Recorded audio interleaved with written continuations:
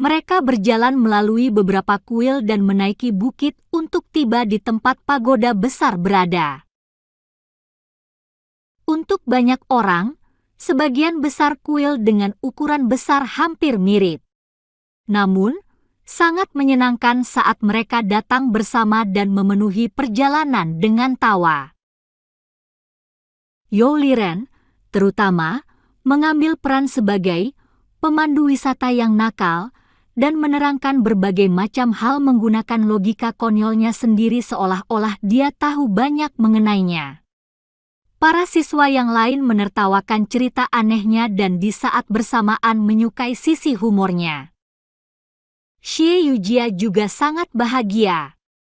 Namun, masih ada sedikit rasa khawatir di wajahnya saat berjalan di samping Hao Ren. Mereka mendaki bagian atas pagoda untuk menikmati pemandangan yang indah dan tiupan angin yang menyegarkan. Ada 7 lantai di pagoda itu, dan mereka dapat melihat semua kuil dari pelataran pengamatan di lantai 7.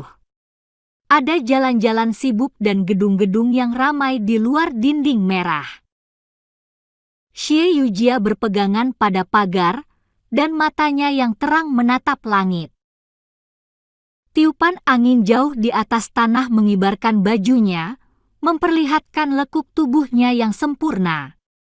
Angin itu juga menggerakkan rambut di sebelah lehernya, memamerkan kulit mulusnya yang seperti batu giok. Pergi sana. Bodoh. Zhao Jiayi menyadari Hao Ren masih bersama mereka dan menyenggolnya. Mereka semua tahu perjalanan ini adalah kesempatan yang paling baik agar sesuatu terjadi antara Hao Ren dan Xie Yujia.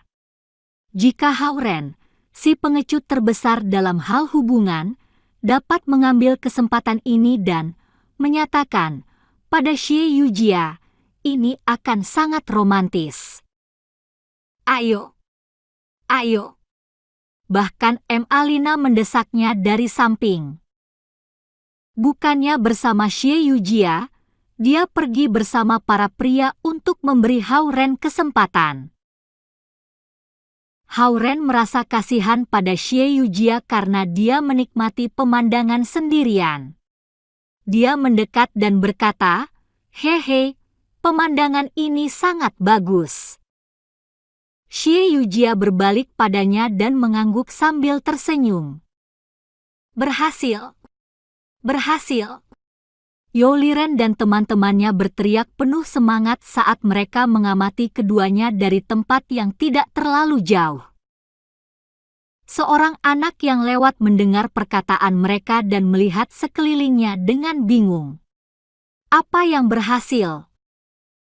Aku akan mentraktir kalian makan malam jika Yujia dan Hao Ren dapat bersama. Alina berkata dengan gembira. Setuju. Kamu sendiri yang bilang. Yurong akan menunggu makan malam itu. Mereka mengobrol tanpa memperhatikan pemandangan. Hao Ren dan Xie Yujia, di lain pihak, berdiri berdampingan tanpa berkata-kata. Apa aku terlalu mengganggumu sebelumnya? Dia tiba-tiba bertanya. Tidak masalah. Kamu seorang ketua kelas, jadi itu tugasmu, kata Hao Ren dengan ringan. Xie Yujia melihat ke arah Hao Ren seolah-olah dia ingin mengatakan hal yang lain. Namun, dia menyimpannya sendiri. Hao Ren melihat ke arah kuil dengan ubin berlapis emas dan berpikir pada dirinya, apa aku akan merindukan orang yang sangat mengatur jika suatu saat dia berhenti. Ayo. Mari turun. Waktunya makan siang. Xie Yujia menarik napas dengan berat dan berkata. Dia berbalik kepada Zhao Jiayi dan teman-temannya. Ayo. Kita akan makan. Tren sangat tolol. Zhao Jiayi menggertakkan giginya setelah melihat Hao Ren meninggalkan. Pelataran itu membuat jarak. Kelompok orang itu meninggalkan pagoda dan menuju sebuah restoran di dekat sana. Semuanya ceria dan gembira. Namun, para pria yang dekat dengan Hao-Ren merasa kasihan kepadanya karena kehilangan kesempatan. Masih ada waktu bebas setelah makan siang. Zhao Jiai ingin pergi berkaraoke, dan para pria yang datang bersama pacarnya setuju untuk pergi. Hao-Ren dipaksa ikut oleh Zhao Jiai. Mereka berpikir Xie Yujia sebagai pemimpin juga akan bergabung, tetapi dia berkata dia lelah dan ingin kembali ke hotel dan beristirahat. Beberapa orang yang lain memiliki rencana yang lain, jadi Zhao Jiai dan kira-kira 20 orang menuju KTV di kota Sinan. Siang hari berlalu dengan cepat. Hao-Ren merasakan tertekan saat yang lain bernyanyi dengan ceria. Sang raja nyanyi, Zhao Jiai melirik Hao-Ren sambil bernyanyi. Dia membuat kesempatan lain bagi Hao-Ren dengan mengundang semua orang ke karaoke. Xie Yujia tidak ikut, yang berarti benar-benar bodoh.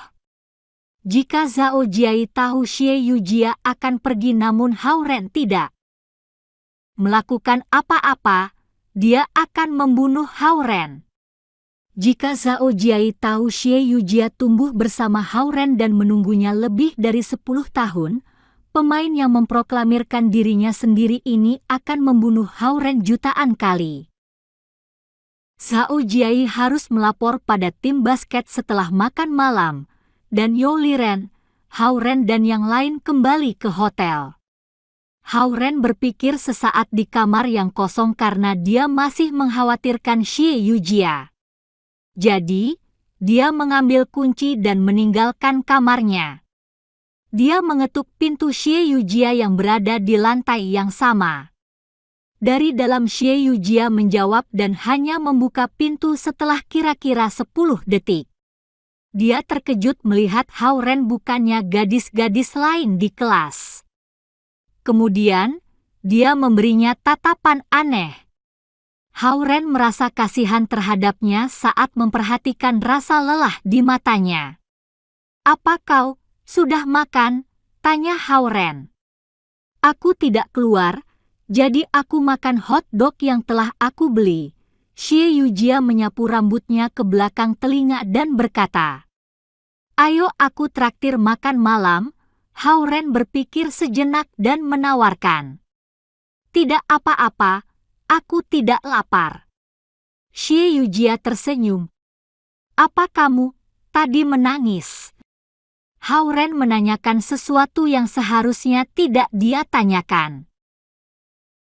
Zhao Jiai akan menendang pantatnya jika dia menyaksikan kebodohan Hao-Ren dengan gadis. Gadis. Tidak. Xie Yujia menggosok matanya. "Aku tadi mandi dan sampo masuk ke dalam mataku." Hao-Ren melihat dia masih mengenakan pakaian yang sama seperti tadi. Dia tahu Xie Yujia terlalu cemas dan sedih sehingga dia tidak bisa membuat kebohongan yang lebih baik. "Beristirahatlah, dan nanti kita pergi ke pasar malam," kata Hao-Ren.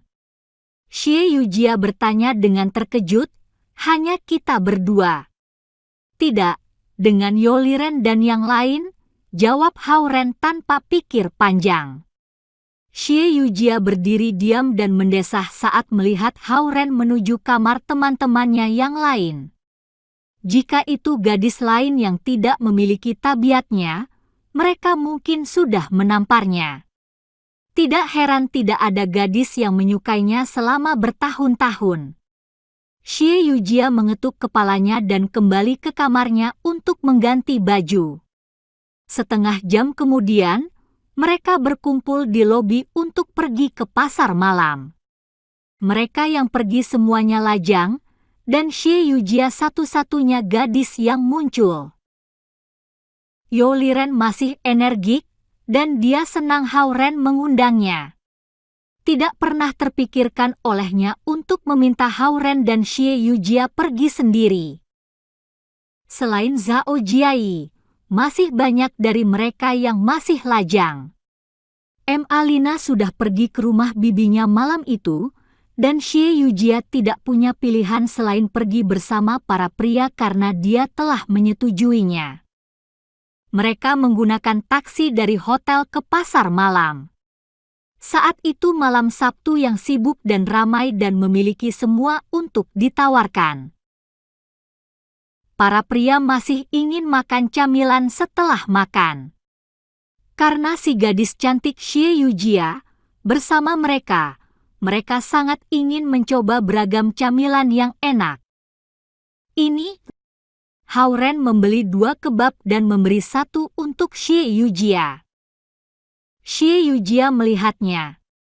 Meski dia masih sedikit sedih, pertahanan terakhirnya hancur karena kebab yang Hao Ren berikan.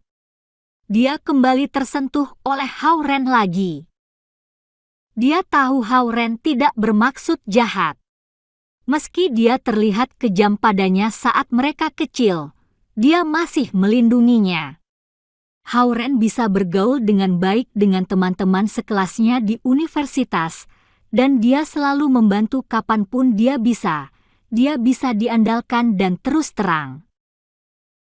Jika dia tidak memiliki kakak laki-laki kecil di hatinya, Hao Ren akan menjadi seorang yang sangat baik. Menurut pendapat M. Alina, ini keberuntungan Hao Ren karena gadis cantik seperti Xie Yujia tertarik padanya. Dia tidak akan berusaha mencomblangi mereka berdua jika dia tidak melihat nafsu makan Xie Yujia yang buruk dan semangatnya yang hilang akhir-akhir ini. Karena Hao Ren kelihatannya pria yang terlalu biasa, akan sangat sia-sia membiarkan Hao Ren memiliki Xie Yujia, seorang gadis yang lembut, perhatian, baik dan cantik. Kelompok itu berkeliaran sambil mencoba berbagai macam camilan. Hao Ren memeriksa beberapa hiasan panggung bersama Xie Yujia dari waktu ke waktu. Memang ini pengalaman yang menyenangkan bersama-sama teman sekelas seperti ini. Namun, sebuah profesi tercipta di pasar yang penuh orang, pencopet. Mereka terlalu sibuk bersenang-senang untuk memperhatikan 2 orang pencopet sudah memperhatikan ransel Xie Yujia. Mereka menyelinap di belakangnya dan meraih ke kantung yang sedikit terbuka. Xie Yujia baru saja meletakkan dompetnya di sana setelah membayar stiker telepon. Yo Liren dan teman-temannya melihat akrobat di depan, jadi mereka berlari ke depan dengan bersemangat. Hao Ren, yang baru saja mendapat stiker telepon dengan Xie Yujia, menunggu di belakang bersamanya. Pendengaran dan penglihatannya yang tajam menemukan sang pencopet yang hendak meraih tasnya. Plak! Hao Ren mencengkram pergelangan tangan pencopet itu dengan cepat dan menariknya. Pencopet itu langsung terbaring di tanah. Xie Yujia bahkan tidak menyadari apa yang terjadi, dan tiba-tiba itu membuatnya takut. "Kenapa kau memukul orang lain?" Pencopet yang lain berteriak pada Hao Ren, pura-pura tidak bersalah. Hao Ren mengabaikannya dan menuju ke tempat teman-temannya berada bersama Xie Yujia. Namun, pencopet kedua tidak mau melepaskannya dan menyusul mereka. "Teman, kenapa kamu memukul orang tanpa alasan? Kamu mematahkan tangannya, dan kamu harus membayar biaya perawatannya." Semua pemilik kios mengenali kedua pencopet itu karena mereka sering datang ke sini. Namun, mereka tidak mau menimbulkan masalah bagi bisnis mereka, jadi mereka tidak ikut campur. Para pencopet ini selalu berada di tempat ini. Meski mereka ditangkap polisi, mereka akan dibebaskan dalam 2 hari. Xie Yujia tidak pernah melihat yang seperti ini. Walau dia panik, pikirannya jernih dengan tangan Hao Ren memegang lengannya. "Hao Ren, aku akan memanggil Yo Liren dan teman-teman," katanya. Pencopet yang ada di tanah bangun, pura-pura tangannya sakit. Dia berputar di belakang Hao Ren dan Xie Yujia sambil berteriak, Mengapa kau menyakitiku tanpa alasan? Kau tidak bisa pergi sampai kau membayarku uang. Mereka bisa tahu Hao Ren dan Xie Yujia mahasiswa dari luar kota Sinan. Maka mereka memutuskan untuk memeras mereka. Hao Ren melihat mereka dengan tenang. Dengan kekuatan dan tenaganya, dia bahkan tidak akan takut jika mereka ada 10 atau 20 sekalipun. Yang dia khawatirkan hanya keselamatan Xie Yujia.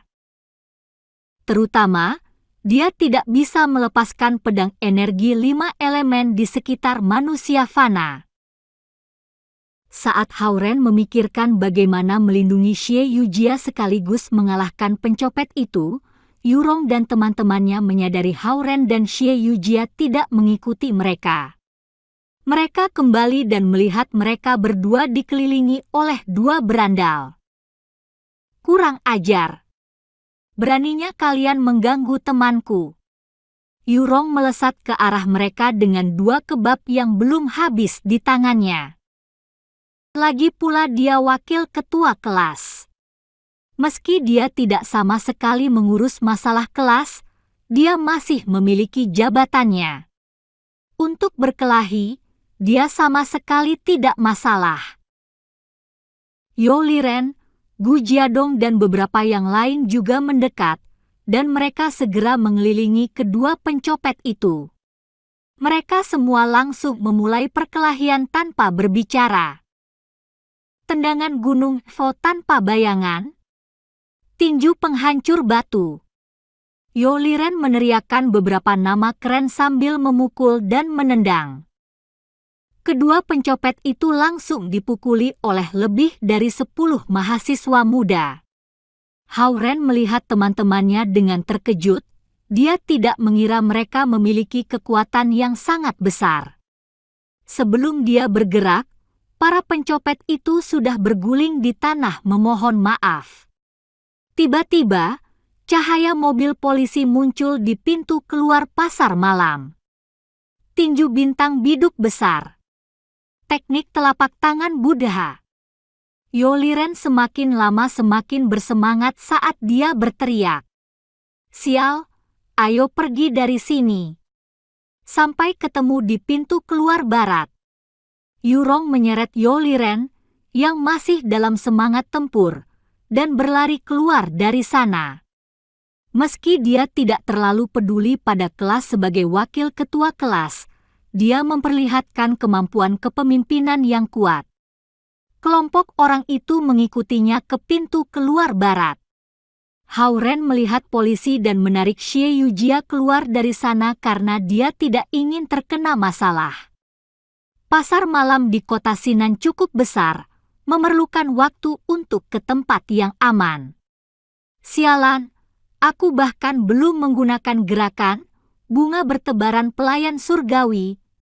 Keluh Yo Liren saat mereka keluar dari pasar, melambaikan tangannya ke sekelilingnya.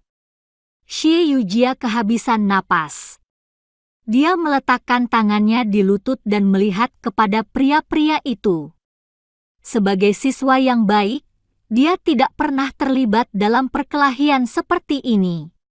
Akan tetapi, dia tiba-tiba memahami lebih baik tentang persahabatan di antara para pria. Meski mereka berisik, mereka saling membantu. Walau mereka mengambil risiko ditangkap polisi, mereka tidak akan membiarkan sahabat mereka diganggu dan diperas. Namun, jika Hao Ren memiliki hubungan yang buruk dengan mereka, mereka tidak akan pernah berkelahi untuknya. Bukannya menggunakan kekuatannya, Hao Ren menggunakan pesonanya sehingga semua bersedia membantunya sebagai teman baiknya. Meski itu sebuah perkelahian, Xie Yujia semakin sedih akan berpisah dengan teman-teman sekelas yang memiliki persahabatan yang mendalam dengannya. Bisakah dia mengalami hari-hari bahagia seperti ini di kelas yang hangat seperti ini? Bus bisa membawa kita kembali ke hotel dari sini. Yurong membaca informasi bus di sisi lain jalan dan kembali dengan gembira. Maka semua mengikutinya menyeberangi jalan dan naik bus ke hotel hunting. Ada banyak kursi kosong karena saat itu larut malam. Yurong dan teman-temannya duduk di depan bus dan mulai mendiskusikan apa yang terjadi. Meski mereka hanya naik bus, hal ini memberi mereka perasaan spesial berada dalam bis bersama teman-teman sekelas mereka di kota yang asing. Hao Ren berbalik pada Xie Yujia dan merasakan keengganan untuk pergi di matanya. Dia perlahan menyenggol lengannya. "Yujia, jangan pergi." Xie Yujia terus diam. Bus itu bergerak ke arah hotel dengan ribut. "Ren, nanti kita." Yurong berbalik untuk berbicara pada Hao Ren, tetapi dia menelan setengah bagian kalimatnya saat dia merasakan pandangan aneh di wajah Hao Ren dan Xie Yujia. Dia berbalik ke depan seolah-olah tidak ada yang terjadi. Yurong berpikir pada dirinya, Ren menyatakan cinta padanya di bus. "Beri aku 1 hari untuk memikirkannya," Xie Yujia menjawab. Yuron berusaha mencuri dengar, dan apa yang Xie Yujia katakan memastikan perkiraannya. Gila, Hao Ren benar-benar melakukan ini di bus? Dia kelihatannya pendiam, tetapi dia berani. Oke, Hao Ren mengangguk. Dia tahu bahwa dia pasti akan menyesalinya jika Xie Yujia pergi. Akan tetapi, dia tidak cukup berani menghentikannya berkumpul kembali dengan orang tuanya. Bus tiba di tempat tujuan, dan pintu dibuka. Yurong berteriak, "Kita sampai! Kita sampai! Ayo semua turun dari bus!" Dia juga berteriak untuk mengurangi kecanggungan antara Hao Ren dan Xie Yujia. Kelompok itu turun dari bus dan memasuki hotel. "Nanti ke kamar kami untuk main kartu, Ren." Yoliren berteriak pada Hao Ren penuh semangat. Yurong langsung menarik telinga Yoliren dan menariknya menjauh. Katanya, "Aku akan main kartu denganmu. Kita bisa mengundang Gu Jiadong dan Huang Jianfeng juga. Ren mungkin harus mengerjakan sesuatu." "Sesuatu? Apa?" Yoliren tidak mengerti petunjuk itu. Yurong menendangnya ke dalam kamar dan menutup pintu di belakangnya. "Istirahatlah. Kau pastinya lelah memandu kelas kemana-mana hari ini," Hao Ren berkata pada Xie Yujia saat mereka sampai ke pintu. Xie Yujia berjalan ke kamarnya. Hao Ren berdiri di pintunya dan menyaksikan Xie Yujia masuk ke kamarnya. Dia mendesah sedikit dan memasuki kamarnya setelahnya. Hao Ren menyalakan TV untuk membuat kamar tidak terlalu sepi sebelum dia mandi. Dia telah melakukan kultivasi gulungan pedang cahaya pemecah bayangan setiap malam akhir-akhir ini. Dan melihat kemajuan yang jelas. Dia hanya perlu benturan kekuatan untuk menembus bukaannya. Putih kecil melompat-lompat dengan tidak sabar di ruang tersembunyi dalam kalung. Jadi Hao Ren mengeluarkannya dari sana sehingga ia juga bisa mandi air panas juga. Dalam waktu seminggu, ia telah menghabiskan semua pil pengisian esensi dan bahkan menyelinap ke dalam perpustakaan saat Hao Ren memberinya waktu luang. Dia menggunakan kemampuannya berguling-guling di tanah untuk menarik sekumpulan gadis dan mendapatkan lebih dari 70 roti hot dog dari mereka. Hao Ren membawa putih kecil dalam pelukannya saat dia keluar dari kamar mandi mengenakan jubah yang disediakan hotel. Dia melihat 2 orang yang berdiri di luar kamar mandi saat dia baru saja hendak istirahat di ranjang. Hao Ren mundur setengah langkah dengan panik dan kemudian menyadari mereka adalah Lu Linlin dan Lu Lili. "Sudah berapa kali aku bilang jangan menakutiku seperti itu? Ayolah, Hauren berkata pada mereka dengan pasrah sambil mendesah. Dia mundur lagi setengah langkah bersama Putih Kecil setelah melihat betapa menawannya mereka tertawa. Apa kalian melihatku mandi? Lu Linlin menutup senyumannya saat Lu Lili sedikit tersipu. Putih Kecil gemetar dalam pelukan Hauren atas pertanyaan itu juga. Hauren memutar matanya padanya. Buat apa kau gemetar? Kau kan memang tidak pakai baju. Hehe, apa Gongzi lupa tentang konvensi perdagangan akhir pekan ini? Tanya Lu Linlin sambil sengaja menatap dada Hauren yang tidak ditutupi jubah. Aku ingat, jawab Hauren sambil melepaskan Putih Kecil di lantai. Tapi aku kira acaranya besok. Hari ini, tetapi adik dan diriku tidak mau mengganggu percintaanmu dengan Zumu yang lain, kata Lu Linlin sedikit cemburu. Hauren melihatnya dan sadar betapa sulitnya berurusan dengan sang kakak. Dia melihat pakaian mereka dan menyadari mereka mengenakan pakaian kuno mereka yang berwarna sian dan hijau, pakaian yang mereka gunakan saat pertama kali muncul di sekolah. Oke. Kami tidak akan banyak bicara sekarang. Gantilah ke baju ini Gongzi. Jika kau menggunakan pakaian modern, kau akan ditanyai. Lu Linlin mengeluarkan sebuah pakaian dan sepatu kain secara ajaib dan memberikannya pada Hauren. Hauren melihat ke jubah tau biru muda di tangan Lu Linlin. Sekarang juga, dia terkejut. Ya, mengapa Gongzi pikir kami ke sini malam ini? Lu Linlin balik bertanya. Hauren memikirkannya dan ekspresi wajahnya sedikit berubah. Kemudian dia mengambil pakaian itu ke kamar mandi untuk berganti pakaian. Lu Lili melihat Lu Linlin takut-takut dan berkata, berani sekali kau mengganggu Gongzi, Kak. Aku tidak menggodanya. Aku bicara yang sebenarnya. Lu Linlin cemberut. Tidak lama, Hauren keluar dari kamar mandi mengenakan jubah tau. Lu Linlin mengeluarkan topi kultivasi dan memakaikannya pada Hauren. Lu Lili diam-diam menertawakan Hauren, yang terlihat aneh mengenakan topi. Jangan buang-buang waktu lagi, Gongzi. Ayo pergi. Lu Linlin memegang tangan Hauren dan mengeluarkan gelang. Lu Lili mengikutinya dan berpegangan pada tangannya yang lain. Putih Kecil melihat Hauren hendak pergi dan melompat dalam tangannya. Kemudian, Hauren meletakkannya kembali ke ruang tersembunyi. Gelang itu membesar perlahan dan menutupi mereka bertiga.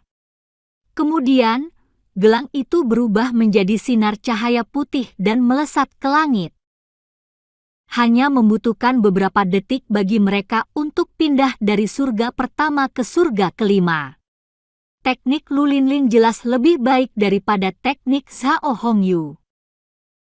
Saat itu gelap gulita di surga kelima. Esensi alam sangat tebal, dan satu demi satu gunung abadi melayang di angkasa. Semua orang tanpa keterampilan pedang terbang yang mahir akan menabrak ke bukit dan jatuh. Beberapa cahaya putih perlahan muncul di depan mereka. Kita hampir tiba di konvensi perdagangan. Lu Linlin berkata dengan riang. Dia memerintahkan gelang itu untuk mendarat dengan cepat ketika mereka bertiga tiba di tanah dengan mantap. Itu sebenarnya gunung abadi yang lain dengan atasnya dipotong dengan rapi, mengubahnya menjadi gunung yang atasnya datar. Tempat itu adalah lokasi di mana konvensi perdagangan berada. Ada lampu putih di beberapa pilar batu sementara. Mereka bukan lentera atau mutiara yang bercahaya. Namun, mereka dapat menyinari area di dekat mereka. Mereka melihat tempat konvensi perdagangan dan mendapati tempat itu yang hampir sebesar seluruh kampus Universitas Lautan Timur. Ribuan cahaya putih menerangi tempat itu seolah-olah festival lentera. Lu Linlin dan Lu Lili memegang ke masing-masing tangan Hao-Ren dan tidak melepaskannya. Meski beberapa pria melihat Hao-Ren karena dua teman menawan yang menemaninya, tidak seorang pun terlalu memperhatikannya. Hao-Ren mengamati keadaan di sekelilingnya dan menemukan biasa melihat seorang pria dengan ditemani oleh 3 atau 4 wanita pendamping. Semuanya mengenakan pakaian sopan kuno, seperti Lu Linlin dan Lu Lili, atau pakaian Tao. Jika Hao-Ren tidak tahu dia ada di surga kelima, dia akan berpikir dia berada di tempat pembuatan film. Selain kerumunan yang bergerak, ada berbagai jenis stand sementara di mana-mana. Ada harta, pil eliksir, dan teknik-teknik. Jangan khawatir, Gongzi. Tidak ada yang menyadari teknikmu, Lu Linlin berbisik pada Hao-Ren. Tubuh Hao-Ren memancarkan cahaya biru gelap. Akan tetapi, dia memiliki semua kelima elemen. Itu pertama kalinya Hao-Ren berpartisipasi dalam konvensi perdagangan seperti itu, jadi dia sangat waspada dan tidak berjalan sendiri mengelilingi stan. Dia melihat-lihat bersama Lu Linlin dan Lu Lili. Bagian datar puncak gunung memiliki tempat yang besar, dan ada ratusan kios, begitu juga puluhan ribu kultivator. Lebih dari setengah dari mereka ada di sini untuk persiapan perjalanan ke Istana Sembilan Naga. Hao-Ren menggigil memikirkan puluhan ribu kultivator menyerang Istana Sembilan Naga di saat yang bersamaan. Ada juga banyak wanita cantik baik mengenakan gaun kuno atau pakaian Tao berjalan berkeliling. Jumlah wanita yang menawan sedikitnya 5 atau 6 kali lebih banyak daripada di kota. Hao-Ren hampir lelah melihat mereka. Dia tahu jika You Liren ada di sini, dia akan terlalu bersemangat sampai mati. Akan tetapi, gadis-gadis itu tidak secantik Lu Linlin dan Lu Lili begitu mereka dibandingkan, dan kultivator-kultivator wanita yang dingin dan angkuh itu tidak sama menawannya dengan Suhan. Setelah terbiasa dengan lingkungannya, Hao-Ren berjalan mengelilingi beberapa stan yang terdekat. Teknik pembagian api, teknik cahaya emas, teknik pura-pura mati. Mereka kelihatannya teknik-teknik yang paling mendasar. Sebenarnya, teknik yang sangat kuat tidak akan dijual di konvensi perdagangan, jadi mereka hanya membawa teknik ini untuk menambah jumlahnya. Yang benar-benar berguna adalah pil eliksir, harta dharma, dan jimat dan catatan dharma. Namun, Hao-Ren tidak bertanya-tanya karena si kembar bersamanya. Setelah beberapa saat, Hao-Ren bertanya pada Lu Lili, apa yang membuat lampu bersinar di pilar batu. Gongzi tidak tahu. Lu Lili terkejut dan menerangkan, tidak ada yang spesial, hanya beberapa susunan formasi yang sederhana. Batu roh di bawah kain mengeluarkan cahaya melalui pengapian. Batu roh. Hao-Ren menginginkan penjelasan lebih lanjut. Batu roh adalah mata uang di antara sekte-sekte kultivasi yang ada berada di dalam dan di atas surga kelima, dan ada 4 jenis, tingkat bawah, tingkat menengah, tingkat tinggi dan tingkat sempurna. Namun batu roh bukan saja sebagai mata uang tetapi juga bisa membantu kultivasi. Kultivator dapat meraih kecepatan kultivasi yang lebih tinggi dengan mengambil esensi alam dari batu. Sehingga batu roh adalah sumber dan karena semua orang memerlukannya sehingga menjadi mata uang. Ini adalah batu tingkat rendah, murah jadi tidak ada orang yang mau menggunakannya untuk kultivasi, Lu Linlin menerangkan pada Hao-Ren dengan sabar. Hao-Ren mengangguk.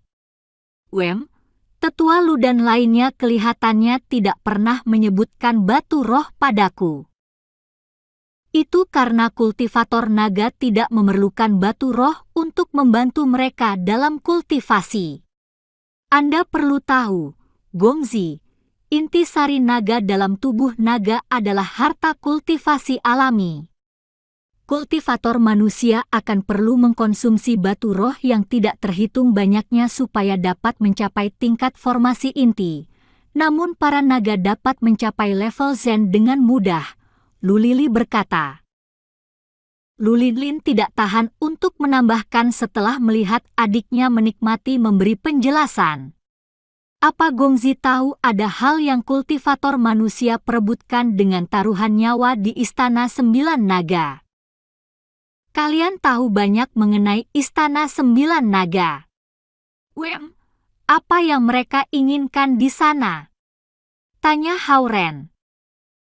Batu roh, Lu Linlin menjawab. Ada sangat banyak batu roh dalam Istana Sembilan Naga.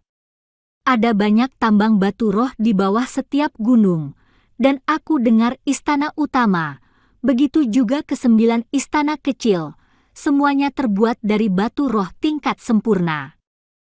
Batu roh tingkat sempurna. Hao-Ren berpikir mengenai batu hitam besar yang terlihat normal di Istana Sembilan Naga. Apa itu batu roh tingkat sempurna? Ada batu roh tingkat sempurna di dunia kultivasi yang bahkan lebih berharga daripada emas dan berlian. Hao-Ren teringat pada menara di Istana Sembilan Naga yang tinggi di langit. Menara itu terbuat dari batu persegi hitam legam yang ukuran dimensinya masing-masing 0,5 meter. Mereka semua batu roh tingkat sempurna. Tetapi tidak mudah untuk masuk ke dalam Istana Sembilan Naga. Hanya 1 dari 10 yang bisa bertahan. Semakin dalam, akan semakin berbahaya karena ada binatang iblis di mana-mana. Lu Linlin menambahkan. Binatang iblis. Hao-Ren terkejut mendengarnya karena dia tidak bertemu salah satu dari mereka terakhir kali. Tetapi menilai dari cara si kembar membicarakan Istana Sembilan Naga, pengetahuan mereka semuanya berasal dari buku. Singkatnya, Istana Sembilan Naga bukan tempat yang mudah. Tak terhitung banyaknya harta dan bahaya di dalamnya. Putih kecil menjadi sedikit resah dalam kalung Hao-Ren saat ia merasakan perubahan lingkungan. Karena mereka berada di area kultivator, Hao-Ren berpikir seharusnya tidak masalah untuk melepaskannya. Putih kecil melompat keluar dari ruang tersembunyi ketika merasakan esensi alam yang kuat dan langsung berubah ke bentuknya yang lebih besar. Kau harus bersikap baik, putih kecil. Kita di sini untuk membeli makanan untukmu. Jika kau tidak bersikap baik, kita akan menjualmu di sini. Lu Linlin membungkuk dan menunjuk ke arah hidungnya memberi peringatan. Meski putih kecil seekor siluman binatang, ia memiliki ki yang tinggi. Dia merasakan nada mengancam Lu Linlin dan langsung bersembunyi di belakang Hao-Ren. Namun setengah badannya masih menonjol keluar karena ukurannya. Hao-Ren baru saja hendak memberitahunya untuk tidak mengancam putih kecil saat seorang gadis kecil setinggi pinggangnya mendatangi mereka di udara dan mendarat tepat di depan Hao-Ren. Hei, saudara muda, apa kau melihat Master Lu? Hao-Ren bingung. Gadis itu sedikit tidak sabar. Dia melihat Hao-Ren, tidak puas. Kau terlihat asing, dan aku pikir aku belum pernah bertemu denganmu sebelumnya. Apa kau salah satu murid Master Lu yang datang ke sini untuk Istana Sembilan Naga? Hao-Ren tidak mengatakan apa-apa. Dia kemudian melihat putih kecil yang ada di sampingnya dan berkomentar, Binatang peliharaanmu adalah makhluk fana, bahkan tidak berada di level 1. Kelihatannya kau tidak berbakat juga. Sudahlah, aku akan mencarinya sendiri. Seekor singa kecil emas berlari dari lengan baju kanannya dan berubah menjadi singa emas raksasa yang tingginya 2 meter. Keempat kakinya diselimuti api saat membawa gadis itu pergi dengan kecepatan tinggi. Hauren merasa bingung sementara putih kecil berkedip dan melihat pada singa emas raksasa itu dengan mata besar polosnya terlihat sedih. Meski ia selalu berpura-pura manis, putih kecil punya harga diri juga.